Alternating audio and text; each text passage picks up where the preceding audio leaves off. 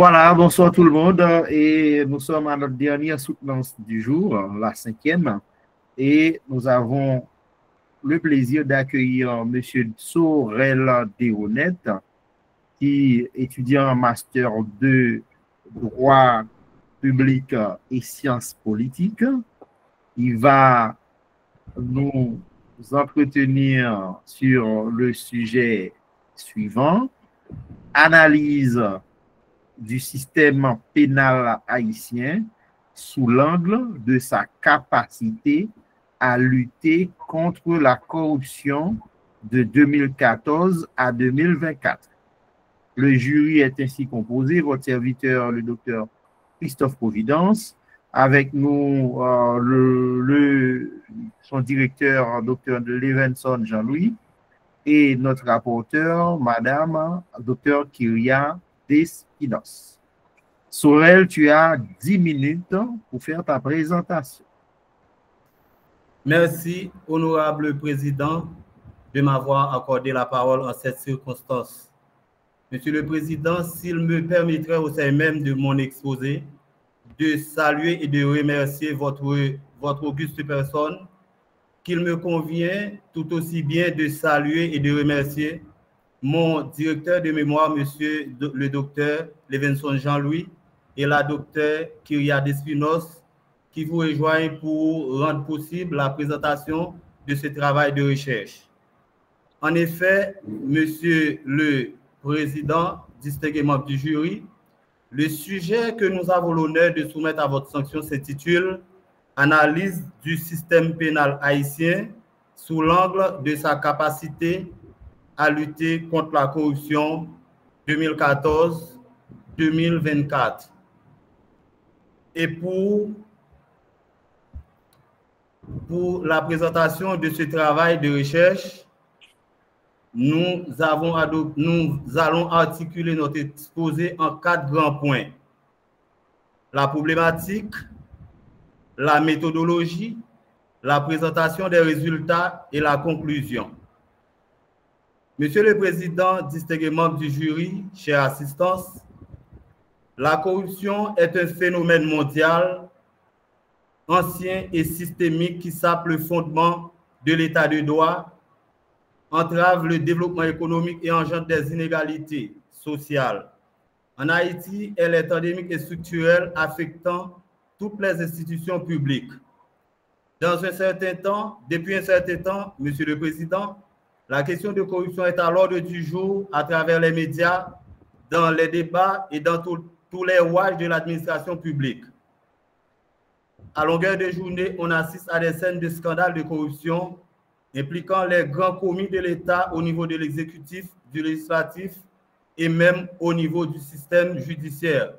La décennie 2014-2024 a été marquée par des scandales retentissants mettant en évidence une mauvaise gestion des fonds publics, des arrestations spectaculaires sans suite judiciaire et l'impunité des hauts fonctionnaires. Les grands dossiers dont des enquêtes d'institutions nationales et internationales confirment qu'il y a lieu de poursuites sont acheminés au parquet, mais sont restés sans poursuite.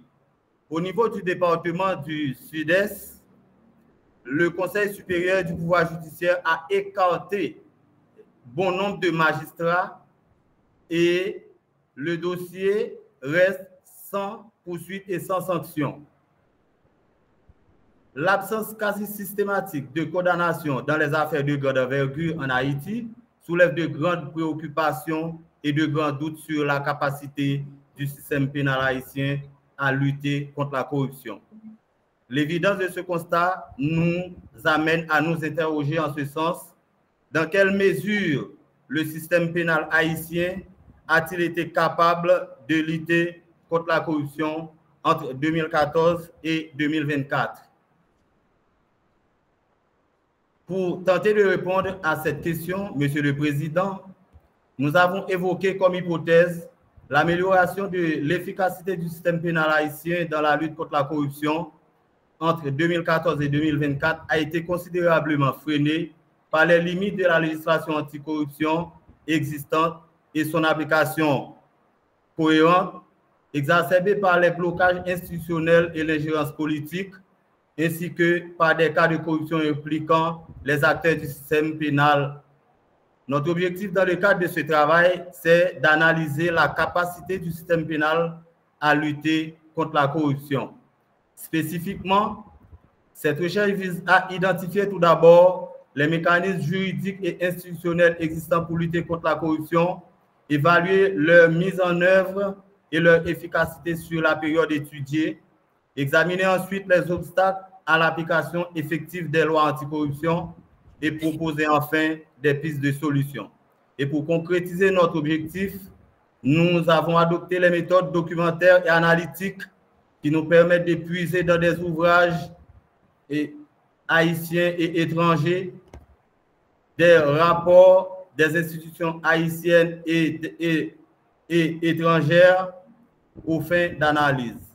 Et se basant sur une approche mixte, nous avons distribué un questionnaire au niveau de la juridiction de Jacmel avec 52 professionnels, dont certains d'entre eux sont du monde de la basoche, des avocats et des magistrats. Enfin, pour comparer les données obtenues dans les recherches documentaires et les entretiens, nous avons réalisé 2 séances d'observation, une au niveau du tribunal de paix de Jacmel et l'autre au niveau du tribunal de première instance de Jacmel.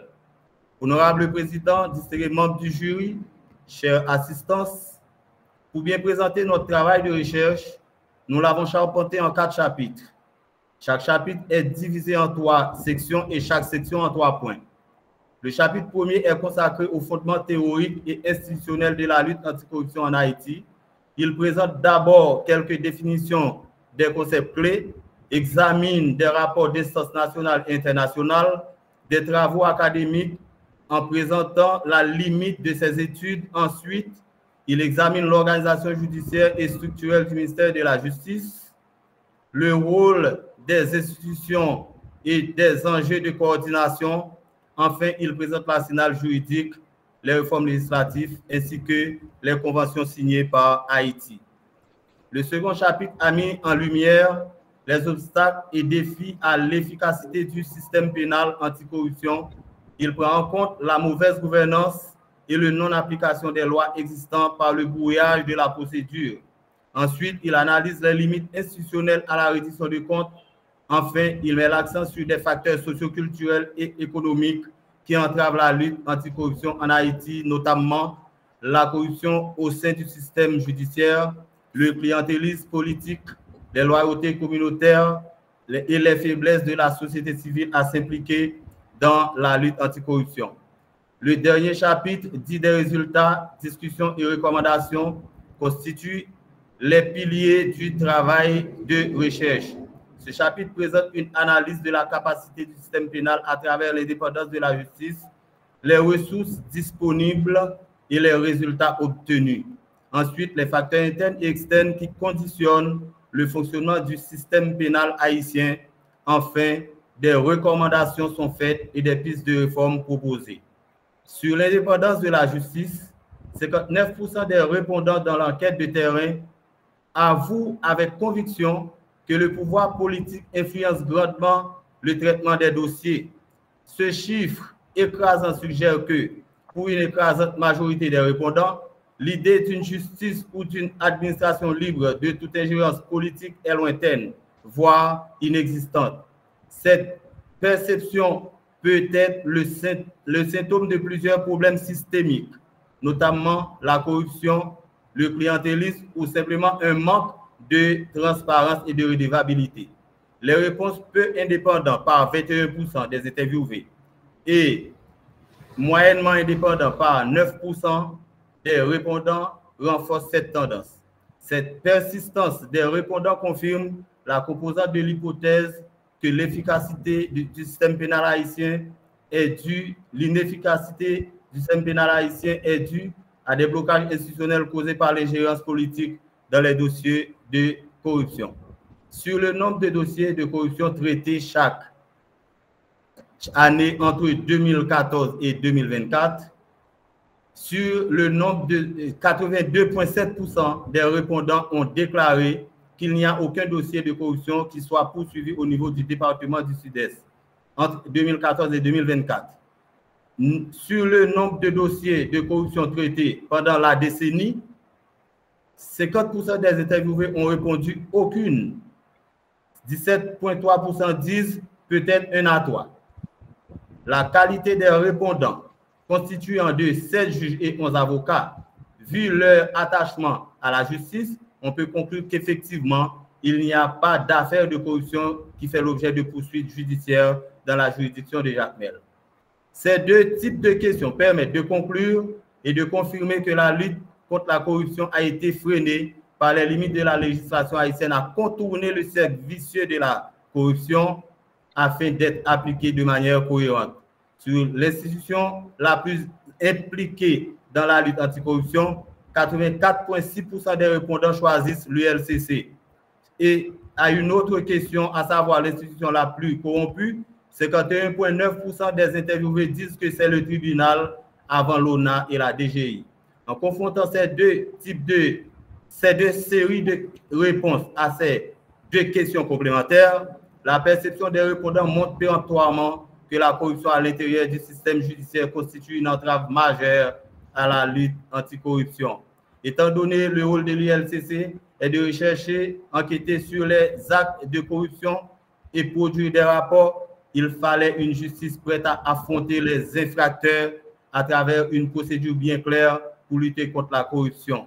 Monsieur le Président et distingués membres du jury, puisque l'homme n'échappera jamais à l'imperfectibilité de la nature, loin d'être parfaite, puisqu'il s'agit d'une œuvre humaine, ce travail a pu démontrer les faiblesses institutionnelles, structurelles et organisationnelles du système pénal anticorruption en Haïti.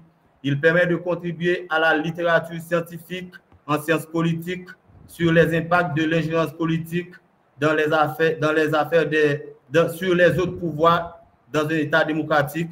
Il est d'autant plus pertinent localement qu'il s'inscrit au cœur des réflexions sur l'état des droits et la démocratie en Haïti. Ce qui nous pousse à proposer comme piste de solution le renforcement de l'indépendance du système judiciaire sur le plan institutionnel, fonctionnel et individuel, révision du cadre législatif et institutionnel, et enfin mobilisation et sensibilisation pour la conscience citoyenne. Monsieur le Président, distingués membres du jury, ainsi se termine notre exposé. Nous vous remercions humblement de votre attention et nous sommes présentement à votre pleine et entière disposition pour toutes les suggestions critiques et recommandations que vous jugerez par vous-même importantes et utiles. Et avant de terminer, je vais vous signaler qu'il y a un problème dans le passage des slides sur mon ordinateur. Et ainsi se termine mon exposé. Je vous remercie. Merci, Sorel, pour ton exposé. Et surtout pour nous respecter le délai. Bon, alors, sans plus tarder, on va passer la parole à Dr. Kyria dans son rôle de rapporteur, histoire de questionner le travail. Cher Kyria, oui. Merci, Dr. Providence. Donc, bonsoir, Monsieur Deonet. J'espère que vous m'entendez bien parce qu'il y a un bruit derrière moi, mais j'espère que ça passe. D'accord. Merci. Ça va, ouais. Dans l'ensemble, c'est un travail qui est très bien écrit, en fait, mis à part quelques imperfections qu'on peut dire, mais il y a beaucoup d'éléments. Et au niveau de la forme, c'est très bien charpenté pour moi, les différents chapitres. Ce qui fait que dans l'ensemble, c'est un très bon travail. Mais il y a tout de même on peut quand même faire certaines remarques. Déjà au niveau du titre. En fait, j'aurais suggéré de formuler et différemment le titre parce que lorsqu'on parle d'analyse sous l'angle 2 dans un titre, ça fait un peu lourd. Alors que j'ai retrouvé beaucoup plus bas dans votre article, c'est la page de votre travail, page 14, vous avez tout simplement parlé de l'analyse de la capacité du système pénal haïtien à lutter contre la corruption, etc. Donc, ce qui fait que vous auriez pu peut-être éclaircir et cela éviterait de mettre un point après lorsque vous avez votre titre là. Parce que lorsque vous avez tendance à mettre sous l'angle 2, je pense que c'est ce qui fait que vous avez mis un point au niveau du titre. Au niveau des notes de bas de page, il y a pas mal de corrections à faire concernant les notes de page. Certaines ne sont pas justifiées et il y a des caractères différents. Des fois, on dirait que c'est un 10, d'autres fois, c'est un 12. Je ne sais pas, donc je pense qu'il faut revoir aussi les notes de bas de page et surtout que je trouve qu'il en manque certaines. Ensuite, au niveau des syntaxes, orthographes ou grammaire, il y a quand même pas mal de choses qui ont échappé. Par exemple, lorsque vous mettez les officiers du parquet peu, etc. Ou bien lorsque vous faites, c'est surtout, vous avez une section, un chapeau de section, c'est dans le chapitre 1, où vraiment les phrases ne sont pas complètes, soit il manque un verbe, soit il manque des articles. Je pense qu'il y a un manque de relecture qui fait qu'il y a des phrases qui sont mal construites. Donc, il faut revoir ces éléments. Donc, j'ai relevé pas mal au niveau je peux donner les pages, mais je peux vous envoyer cela ou bien tout simplement refaire une lecture ou donner à quelqu'un pour refaire une lecture pour vous. Donc, il fait, ensuite, lorsque vous notez à la page 5, vous reprenez je pense que c'est une justification, un argument que vous avez pris d'un auteur. Vous parlez des tensions tribales, mais comme vous ne dites pas, vous ne situez pas le texte, c'est comme si en Haïti, on a des tensions tribales et ethniques. Donc, pour cela, j'aimerais bien vous poser la question, est-ce que vraiment, c'est toujours à la page 5, est-ce qu'on a des tensions tribales au niveau de Haïti pour avoir au niveau de la lutte contre la corruption? Comme facteur également, vous notez que les officiers du parquet usent de leur manque de formation. Donc, j'aimerais comprendre, c'est pas la première remarque que je peux faire, mais il y a certaines phrases comme ça qui sont dites, on ne comprend pas vraiment ce que vous voulez dire. Lorsque vous dites, par exemple, page 4, les officiers du parquet peuvent user de leur manque de formation. Donc, comment on peut user de manque de formation pour faire de la corruption?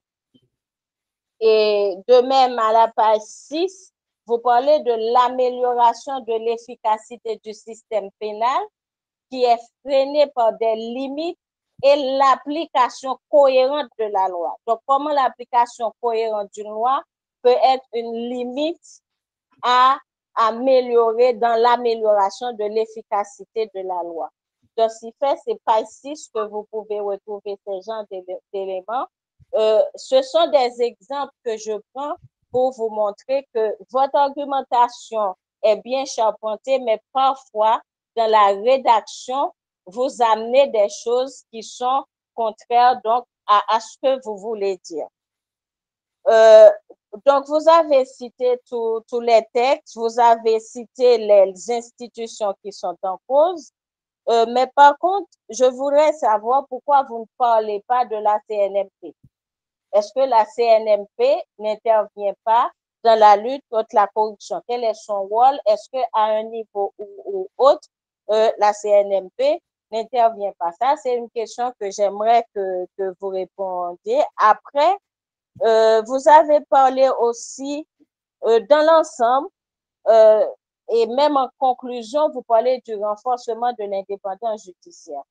C'est un élément qui intervient à tout bout de champ dans presque tous les problèmes qu'on pose en Haïti. Mais je n'ai jamais vu une réponse. Donc, c'est pour cela que j'aimerais savoir quel devrait être le rapport entre le MJSP et le CSPJ, puisque vous parlez du CSPJ et aussi. Donc, vous parlez d'un manque de coordination. Donc, à votre avis, quelle devait être la coordination qui serait efficace pour qu'on puisse lutter justement sur tout ce qui se passe au niveau judiciaire? Donc, ce sont ces deux questions que je peux vous poser. Vous pouvez répondre.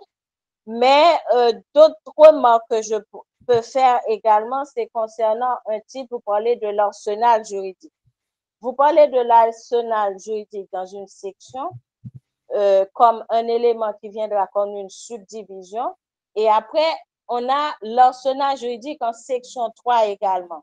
Donc, ce qui fait que vous pouvez aller à la page 22, vous regardez pourquoi vous parlez de l'arsenal juridique. Donc, est-ce que vous ne vous répétez pas? Donc, on a l'intention que vous retraitez des mêmes informations à ce niveau-là. Ensuite, j'ai beaucoup aimé aussi les limites institutionnelles que vous avez développées, toutes les questions de financement, l'intervention de l'international dans le jeu et l'ensemble des sections sur les facteurs socio-culturels et économiques ont bien amené le sujet et pour cela, je pense que vous avez très bien cerné la situation. Et pour la méthodologie également, j'ai quand même une réserve parce que si au niveau du Sud-Est, est-ce que l'ULCC est représenté? À quel niveau? Parce que je ne vous vois pas parler justement des limites de toutes ces institutions qu'on met en place sous l'égide de l'international, mais qui sont concentrées à Port-au-Prince, comme si le reste du pays n'est pas concerné.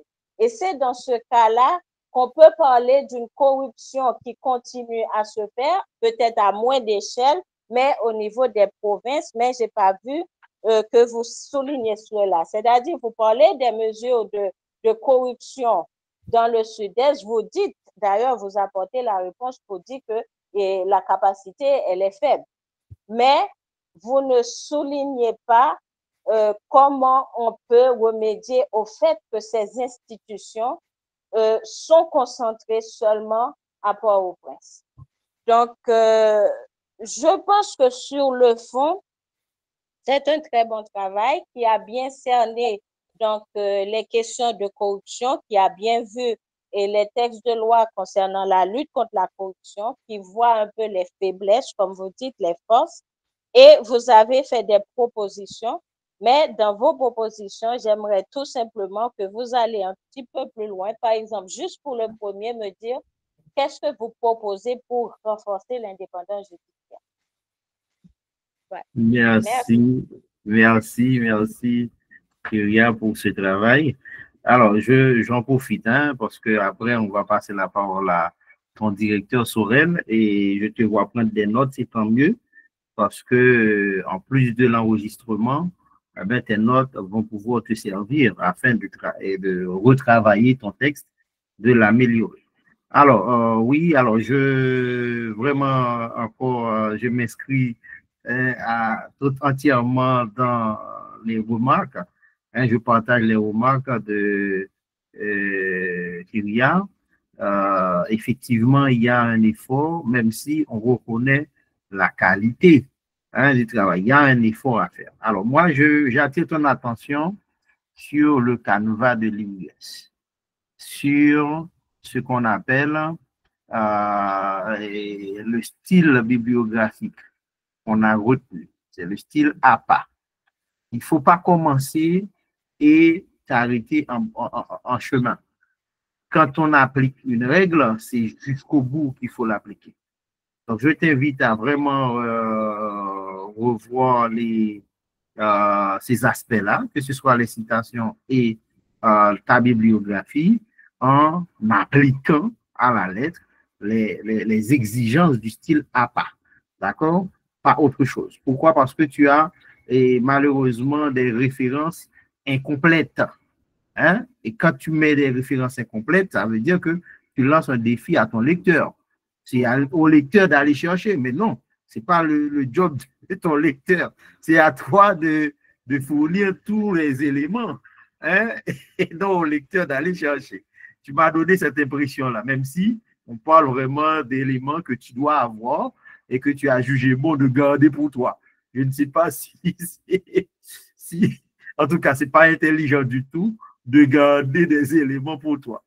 Voilà. Alors, autre élément pour vraiment t'aider à améliorer ton texte, c'est, moi j'aime bien le fait que tu as bien mis en annexe, et parce que tu as parlé d'observation, les gens pensent qu'on observe avec les yeux, mais on observe surtout à l'aide d'une grille. Tu as mis les fiches d'observation, mais pas de grille d'observation. Alors là, franchement, ça peut être un peu problématique. Hein? Pourquoi je te dis ça? Il n'est pas question de te rendre dans tel espace et tu notes, il est 1 heure, 2 heures, voilà un tel qui se présente. Non, c'est pas comme ça que ça marche. En réalité, il faut opérationnaliser tes variables, tes concepts, et à l'aide de cette opérationnalisation, tu vas voir qu'est-ce qui t'intéresse comme indicateur à tel endroit et tu vas construire une grille d'observation. Et la grille d'observation te permet, par exemple, tu as une grille, tu coches, eh bien, le juge, il salue tout le monde. Le juge, il ne fait rien. Le juge, il se comporte de telle manière. Parce que tu as été, grâce à ta grille, hein, tu es motivé par tel élément. Ce n'est pas uniquement de dire que, bon, ben, je suis arrivé à 9 heures, le juge, je le vois venir, à plus du juge, il y avait... Non, ce n'est pas une grille d'observation. D'accord? Donc, je suppose, puisque tu as fait les fiches, c'est tant mieux, tu vas devoir t'en inspirer. Ce ne sont pas les fiches qui nous intéressent, c'est la grille d'observation. C'est comme en annexe, on ne te demande pas de mettre toutes les données, on te demande de mettre l'outil. C'est l'outil qui nous intéresse pour qu'on sache qu'est-ce que tu as fait, quelles questions tu avais posées, qu'est-ce qu'est-ce que tu as fait pour pouvoir collecter les données. Alors, je te dis ça, mais ça, c'est quelque chose que tu pourras faire. C'est une grille, voilà, c'est-à-dire, tu vas là-bas, peut-être c'est tel comportement du juge que tu vas observer, mais le juge fait autre chose. Tu ne prends pas tout. Tu prends en compte tel comportement. Il y a un tel qui va, tu ne prends pas tout parce que tu es intéressé par des choses. Donc, je t'invite à revoir ça, mais sinon, c'est un travail assez intéressant. Le style d'orthographe et de rédaction, ça aussi, il faut faire attention. Tu as beaucoup de répétitions. Alors, je ne sais pas pourquoi, mais les jeunes aiment bien répéter les choses. Et à chaque fois, on dirait que le lecteur, on veut faire rentrer quelque chose quelque part. Et dans sa tête, je ne sais pas, à l'aide d'un marteau, je ne sais pas. Mais on répète les mêmes choses et ça dérange. Et puis, les phrases sont trop longues. Quand on fait une phrase longue, eh bien, on a beaucoup de risques de faute de syntaxe, hein, parce que l'idée ne sera pas toujours claire. Peut-être il y a un mot, alors, docteur Kyria l'a souligné, tu dis une chose et son contraire. Pourquoi? Parce que tes phrases sont tellement longues, tu ne te rends même pas compte que tu es en train d'annoncer une chose et son contraire à la fois. D'accord? Et donc, c'est un problème d'écriture. Alors, ce n'est pas que toi, Sorel, c'est vraiment un effort globalement. On invite nos étudiants à faire parce que des fois, ça réduit dans la qualité du travail. Pourtant, tu as fait un travail vraiment fort appréciable. Donc, voilà. Donc, je m'arrêterai là et j'invite maintenant ton directeur. Hein, je suppose qu'il a des choses à te reprocher puisque les jeunes sont têtus, ils veulent faire, et ils n'en font qu'à leur tête. Donc voilà, Shirley Benson, dis-nous, voilà, c'est à toi, ton appréciation, cette expérience ou les questions, comme tu veux. Voilà, tu as la parole. Merci, Monsieur le Président, merci Madame la docteure pour vos remarques pertinentes que vous avez émises à l'endroit de l'étudiant d'Héronette. Je tiens quand même à féliciter M. Deronette pour sa collaboration tout au long de cette rédaction du travail. C'est une qualité qu'on retrouve très rarement chez les étudiants qui sont demandeurs. Et ce que j'ai pu réaliser avec lui ces 3 derniers mois, parce que nous avons mis vraiment beaucoup de temps à travailler ensemble, c'est sa capacité d'écoute. C'est malgré les nombreux problèmes auxquels il a fait face, parce qu'il y a des problèmes logistiques et problèmes d'Internet, parce que nous savons depuis plus de 2 mois, les réseaux de la compagnie Natcom, JCL sont exécrables. Et lui, il n'a pas baissé les bras. Je pouvais le solliciter à n'importe quel moment. Mais vraiment, du genre, je donne rendez-vous aujourd'hui, je l'appelle aujourd'hui pour demain matin. Il était présent, toujours vraiment présent, avec une envie de bien faire. Toutefois, j'ai le sentiment de travail inachevé parce que cette problématique à laquelle il s'est adonné, c'est une problématique vraiment tellement importante pour notre communauté, parce que nous savons que c'est un fléau qui fait du mal au développement du pays. Et il a été très courageux d'avoir choisi de travailler sur une thématique de ce genre, et je le félicite. Et voilà. Et je demanderai à M. Deronette de tenir compte des remarques du docteur Kyria, parce que, et comme je le dis tantôt, j'ai le sentiment de travail inachevé, parce qu'il y a beaucoup encore à faire, il y a encore beaucoup à dire. Peut-être, pourquoi pas, si vous voulez vous lancer demain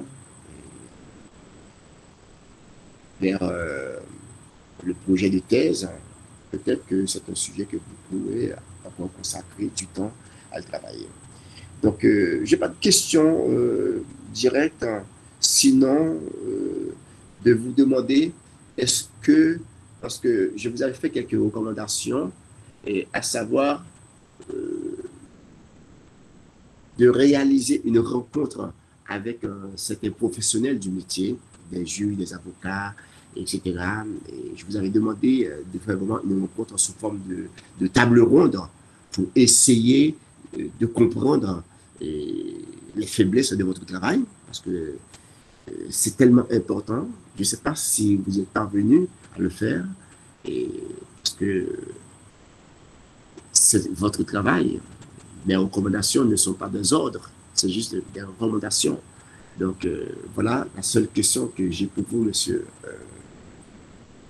Deronette. Voilà, merci Levenson pour ce travail, l'encadrement et vraiment la question maintenant à toi, Sorel. Tu dois répondre à tout le monde. Donc, tu as bien noté les préoccupations du docteur Despinos, les miennes. Ah bon, je n'ai pas posé de question. Et puis, la question de ton encadreur.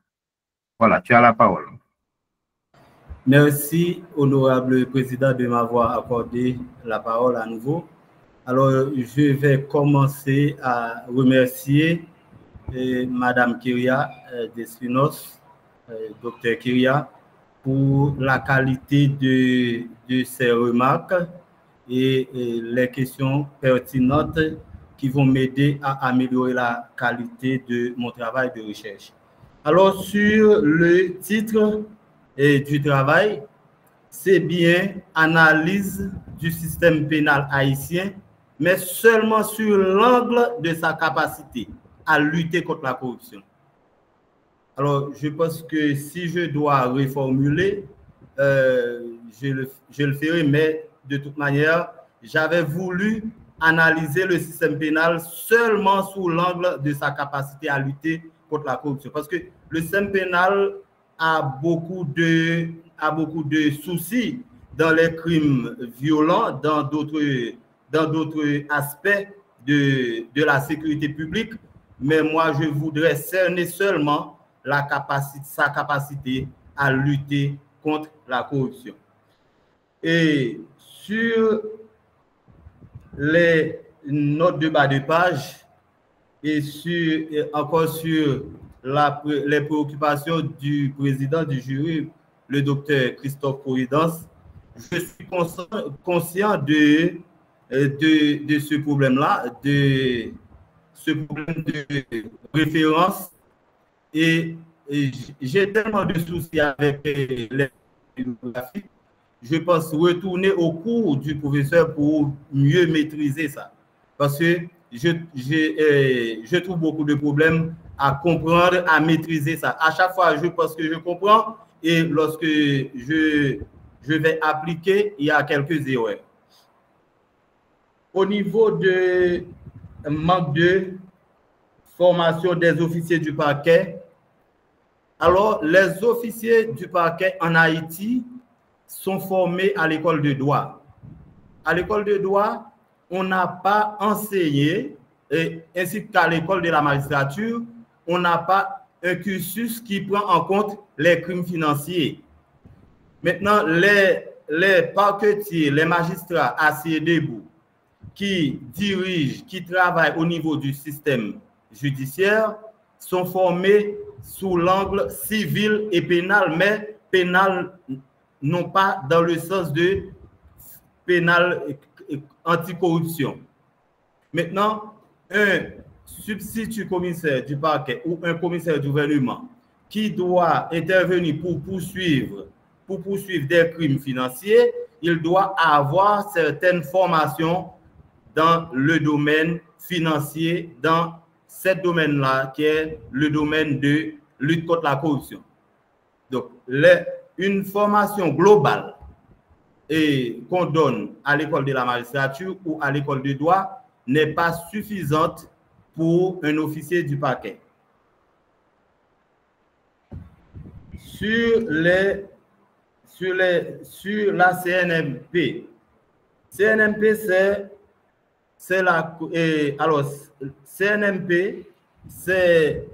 cette commission-là qui réglemente la passation du marché.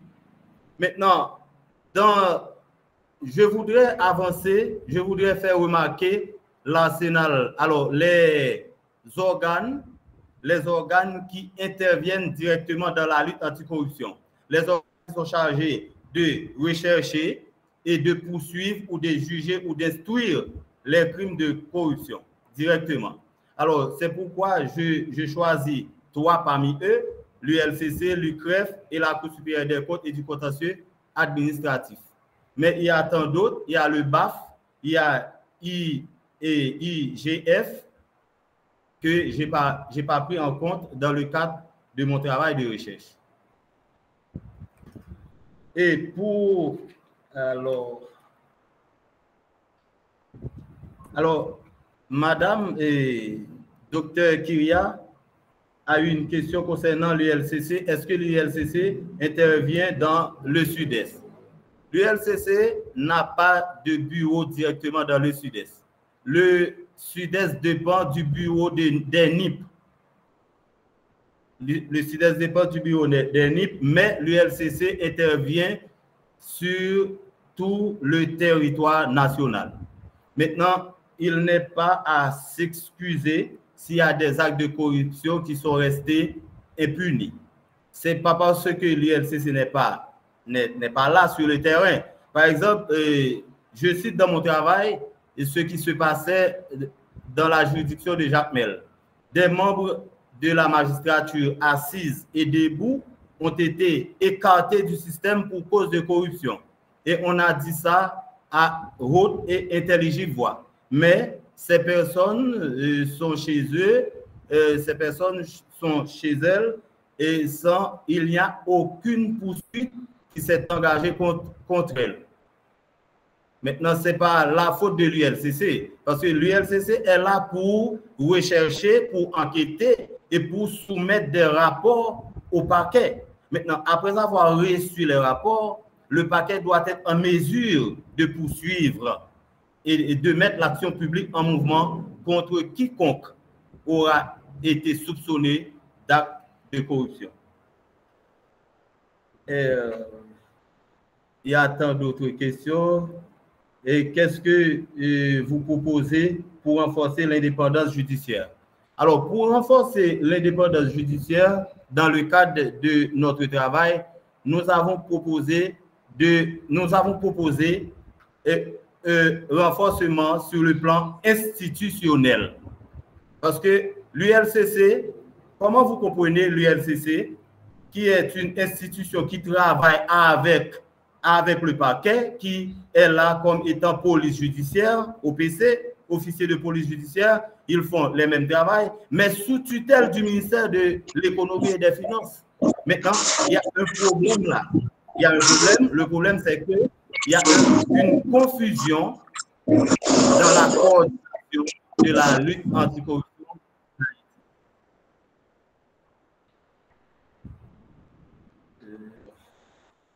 J'arrive au point de la grille d'observation de Dr Providence.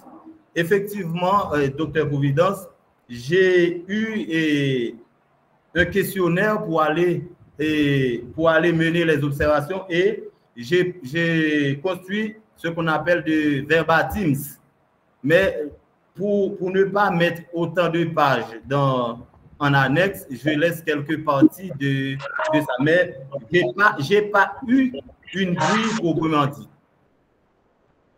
Je n'ai pas formulé, je n'ai pas construit une grille pour ça.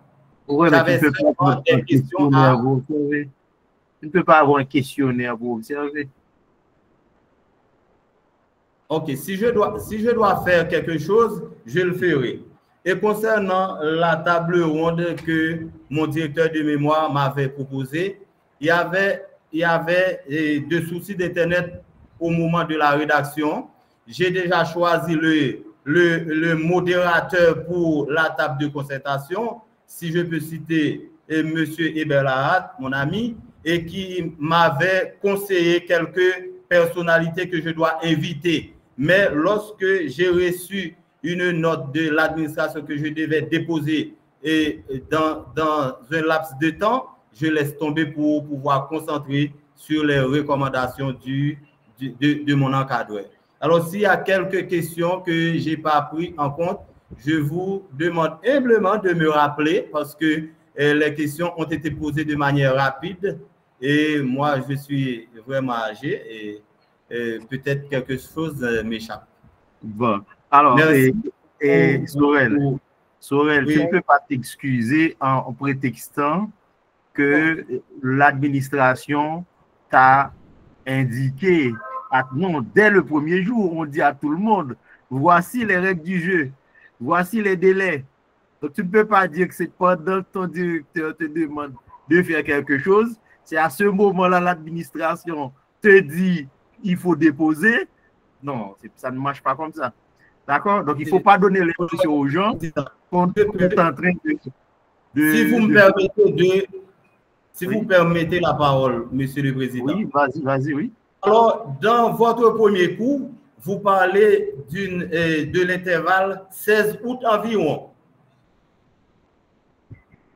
Et j'avais dit ça à mon encadreur que je devais terminer le 30. Lorsqu'un collègue me dit non, c'est le 16 août qu'est la date butoir. Et alors, je ne dis pas je laisse tomber, mais la concentration, parce que je travaille. On te l'a dit, tu n'as pas noté. Eh bien, voilà. Ce n'est pas une excuse, mais c'est une confusion, une toute petite confusion. Et je l'assume, Président, je l'assume. D'accord, bon. Non, mais on ne va pas te punir pour ça, mais tu ne peux pas non plus prendre ça comme excuse. Bon, alors, et puis, oui, il faut la grille d'observation, et je reviens sur ça, et c'est peut-être ce qui fait défaut à ton travail, c'est qu'il ne faut pas confondre grille, parce que chaque outil a ses propres avantages. On a des objectifs quand on utilise un outil. D'accord? Donc, la grille d'observation, ce n'est pas pour questionner qui que ce soit. C'est par exemple, je regarde comment au marché de, je ne sais pas moi, marché public de Baudouin, hein, comment est-ce que les gens, quels sont les risques pour les usagers de la route, etc. J'ai une grille qui me permet d'observer que, voilà, malheureusement, il y a des marchands, malheureusement, il y a je ne sais pas moi, des acheteurs qui sont là, etc., etc. D'accord? Et ça permet de faire d'avoir ce qu'on appelle observation. On observe, hein, mais pas à l'aide d'un questionnaire. Ça, c'est autre chose. D'accord? Donc, et la grille, ça peut être très simple. OK? Mais tu vas pouvoir, à l'aide de tout ce que tu as déjà dans ton travail, tu vas pouvoir, au lieu de mettre ce que tu as mis là, parce que ça ne s'appelle pas observer. Ça ne s'appelle pas observer ce que tu as fait. Voilà. Alors, je ne sais pas, chers collègues, une minute à chacun. Oui. Juste Oui. pour porter une petite clarification à M. Théonette, ça, c'est plutôt par rapport aussi je parle pour les autres étudiants qui vont soutenir après. Lorsque vous voulez limiter dans les choix, parce que vous parlez des institutions, il faut lister les institutions, après dire les limites. Vous laissez de tel côté ces institutions-là et vous vous focalisez sur tel autre. Parce que cela donne, si vous n'en parlez pas, c'est comme si vous ne connaissez pas du tout. Vous comprenez? De ce fait, il faut toujours éliminer ce que vous n'allez pas faire, vous le dites et ensuite vous vous concentrez sur les institutions. Mais par contre, la Commission nationale des marchés publics, c'est une institution clé dans la moralisation de l'administration publique. Donc, je pense qu'il ne fallait pas faire l'impasse là-dessus. Autre chose, pour les commissaires du gouvernement, soit dit en passant, on ne dit pas les procureurs, parce qu'en Haïti, on n'a pas cette terminologie. Donc, ce sont commissaires du gouvernement au ministère public. Donc, il faut savoir qu'il y a à l'EMA quand même des formations continues qui sont axées sur ces genres de formation pour compléter donc la formation des uns et des autres. Et pour le titre, j'ai bien compris que c'était sous l'angle de la capacité, mais c'était dans la fluidité de l'intitulé que je parlais. D'accord? Mais le titre, j'ai très bien compris sur quelle langue que vous avez travaillé. Donc, je n'ai qu'à vous féliciter quand même parce que le travail, il est très bien fait et je pense que vous avez été très bien suivi. J'ai pris plaisir à lire le travail, donc je vous en félicite. Voilà. Ainsi que votre directeur de mémoire. Voilà, voilà. Et puis, des honnêtes, il faut vraiment bien comprendre tout ce qu'on dit là, tout ce qu'on t'invite à faire, c'est pour améliorer encore le travail. D'accord? C'est extrêmement important. Et ce que le Dr. Kyria a dit, on est dans la démonstration. On ne peut pas dire, bon, il y a ça, je ne vais pas en parler. Non, il faut justifier ce choix-là dans le travail. C'est-à-dire, on montre qu'il y a ça, ça, ça. Par rapport à ce que moi-même je veux démontrer, je vais me focaliser sur ça, ça, ça, ça. D'accord? Donc, la démonstration oblige qu'on justifie tout ce qu'on fait, hein, et ne pas donner l'impression. Et heureusement, tu peux toujours, en un paragraphe ou deux, tu peux ajouter les éléments manquants pour, encore une fois, justifier ton choix. D'accord? C'est important ce qu'elle a dit parce que on peut te reprocher plein de choses. Hein? Parce que si on te dit, mais attention, hein, mais au niveau du ministère des Finances, mais pourquoi tu n'as pas pris en compte cet organisme-là du ministère des Finances qui s'occupe justement de cette question de corruption, etc. Donc, il faut au moins éviter de donner des bâtons pour qu'on te frappe. Parce que si tu nous donnes des bâtons pour te frapper, c'est toi qui auras mal. Hein? C'est pas nous. Donc, il faut éviter ce genre de choses. Quand on peut justifier, mais on justifie. Et puis, personne ne pourra rien dire parce que tu as fait ton choix, mais tu as dit pourquoi tu as été prendre tel élément plutôt que tel autre élément. Point. D'accord? Voilà. Donc, il faut améliorer. Heureusement, en un paragraphe ou deux, tu vas trouver avec ton directeur à quel endroit où vraiment justifier ce choix-là. Parce que, voilà, le travail, c'est à toi aussi d'assumer tes choix. C'est ça, hein, être scientifique. La vérité n'existe pas. Hein? Donc, il y a des vérités. Donc, ça veut dire qu'il faut démontrer que ce qu'on dit tient la route. D'accord? Ce qu'on dit peut ne pas plaire aux autres. Ce n'est pas ça le problème. Mais est-ce que c'est correctement dit? Eh bien, ils sont obligés d'accepter, puisque ça respecte les normes. Tu vois, donc c'est ça un peu qu'il faut retenir. Voilà. Alors, on accorde 1 minute à notre cher Levinson, s'il a des choses à dire. Hein? Oui, bien entendu, je voulais profiter de cette opportunité, puisque nous arrivons au terme de cette soutenance, pour féliciter encore une fois l'étudiant Sorel Desrodettes pour sa capacité à travailler en équipe, parce que franchement, c'est rare de pouvoir travailler avec des étudiants sous pression, malgré les conditions logistiques soient difficiles. Donc, merci à Dr. Despinos pour ces remarques pertinentes auxquelles j'invite M. Desrodettes à prendre acte et scrupuleusement. Ce n'est pas des remarques fantaisistes, ce sont des remarques vraiment auxquelles vous devez en prendre acte. Et puis, merci aussi au président, parce que là encore, il vous a conseillé d'éviter de faire des phrases longues. Nous en avons parlé et justement, ça va alourdir la compréhension pour le lecteur. Donc, c'est des conseils que vous devez vraiment mettre en application pour